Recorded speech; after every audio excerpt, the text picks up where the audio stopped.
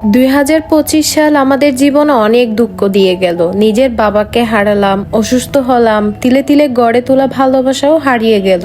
কতজনকে ভালোবাসলাম, কত আপন মানুষ দেখলাম। আসলে প্রয়োজন ফুরালে সব আপন মানুষের আসল চেহারা দেখা যায়। মানুষের জীবনে প্রিয়জন বলতে কিছুই হয় না।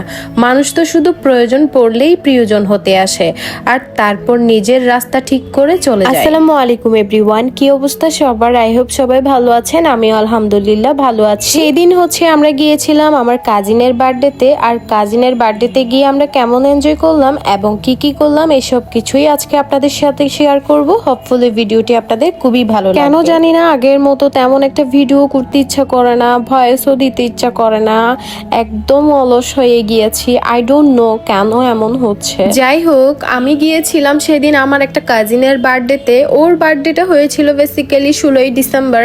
তো তখন আমরা সবাই অনেক বেশি মজা করেছিলাম। ওর সব কাজিনরাই এসেছিল এবং ওর রিলেটিভসরাও এসেছিল। তো সবাই মিলে কিন্তু আমরা অনেক এনজয় করেছি। আর এই বার্থডে পার্টিটা আমার কাজিনদের বাসায় হয়েছে।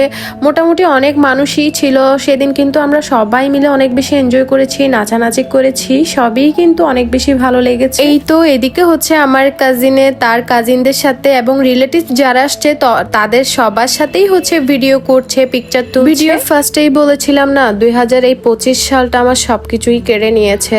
আসলে সবকিছুই করছি, খাওয়া দাওয়াও করছি, মজাও করছি, এনজয় করছি, সবকিছুই করছি, কিন্তু আগের মতো তেমন একটা ভালোই লাগে না। বাবাকে হারানোর পর বুঝতে পারছি এই দুনিয়াটা কতটা কঠিন। মা হারানোর পর বাবাই আমাদের সবকিছুই সামলিয়ে নিয়েছে, কিন্তু বাবা যখন হারিয়েছি তখন বুঝতে পারছি দুনিয়ার আসল রূপ।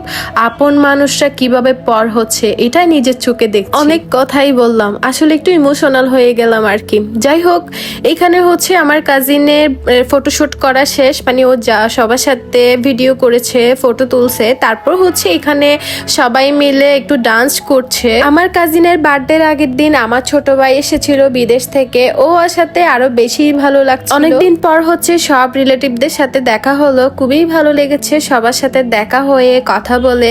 আর সবাই মিলে আমরা অনেক অনেক এনজয় করেছি, সবাই অনেক নাচানাচি করেছে।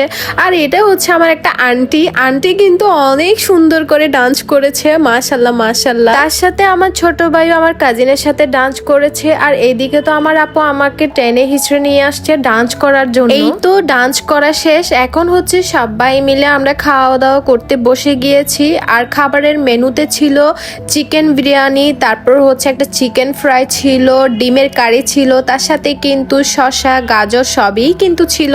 আর সেদিনের বিরিয়ানিটা এত বেশি মজা হয়েছিল, সবই কিন্তু ভালো লেগেছে। আর শীতকালে গরম গরম বিরিয়ানি খেতে অনেক বেশি ভালো লাগে। এইখানে কিন্তু আমরা সব কাজিনরা একসাথে বসেছি, তার সাথে কিন্তু ভাইয়া এবং আমার চাচা চাচু সবাই একসাথে আমরা বসেই ডিনার করেছি। এই তো খাওয়া দাওয়া শেষ করে এখন কেক কাটিং করবে। ও তখন কেক কাটেনি, যেহেতু আমার হাজবেন্ড এবং ভাইয়া আসেনি, সেহেতু ও কেকও কাটিং করেনি। তো এখন দুই দুলাভাইকে নিয়ে, মানে বোনের জামাইকে নিয়ে সে কেক কাটিং করছে। এই অনুষ্ঠানে কিন্তু আমার ছোট বোনের জামাইকে, মানে যার বার্থডে, তার হাজবেন্ডকে অনেক বেশি মিস করছি। ভাইয়া যেহেতু বাইরের দেশে থাকে, সেহেতু ভাইয়া তো আর আসতে পারবে না, কিন্তু ভাইয়াকে অনেক বেশি মিস করছি আমরা সবাই। তো এখন বার্থডে পার্টি প্রায় শেষ পর্যায়ে, আমরাও যেহেতু চলে যাব, তো বার্থডে পার্টিটা শেষ। আজকের এই সুন্দর ব্লগটা আমি এখানেই শেষ করছি। আশা করছি আপনাদের খুবই ভালো লেগেছে। নেক্সট অন্য কোনো ভিডিও নিয়ে আবারও চলে আসবো। ততদিন পর্যন্ত সবাই ভালো থাকবেন। আল্লাহ হাফেজ।